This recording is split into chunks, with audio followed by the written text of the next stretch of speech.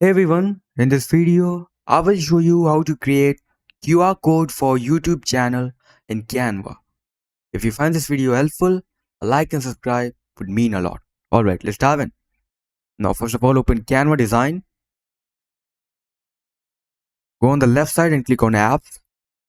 Now here, go on the search bar and type QR code.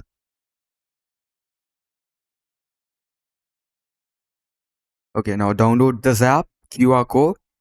Enter your YouTube channel URL over here.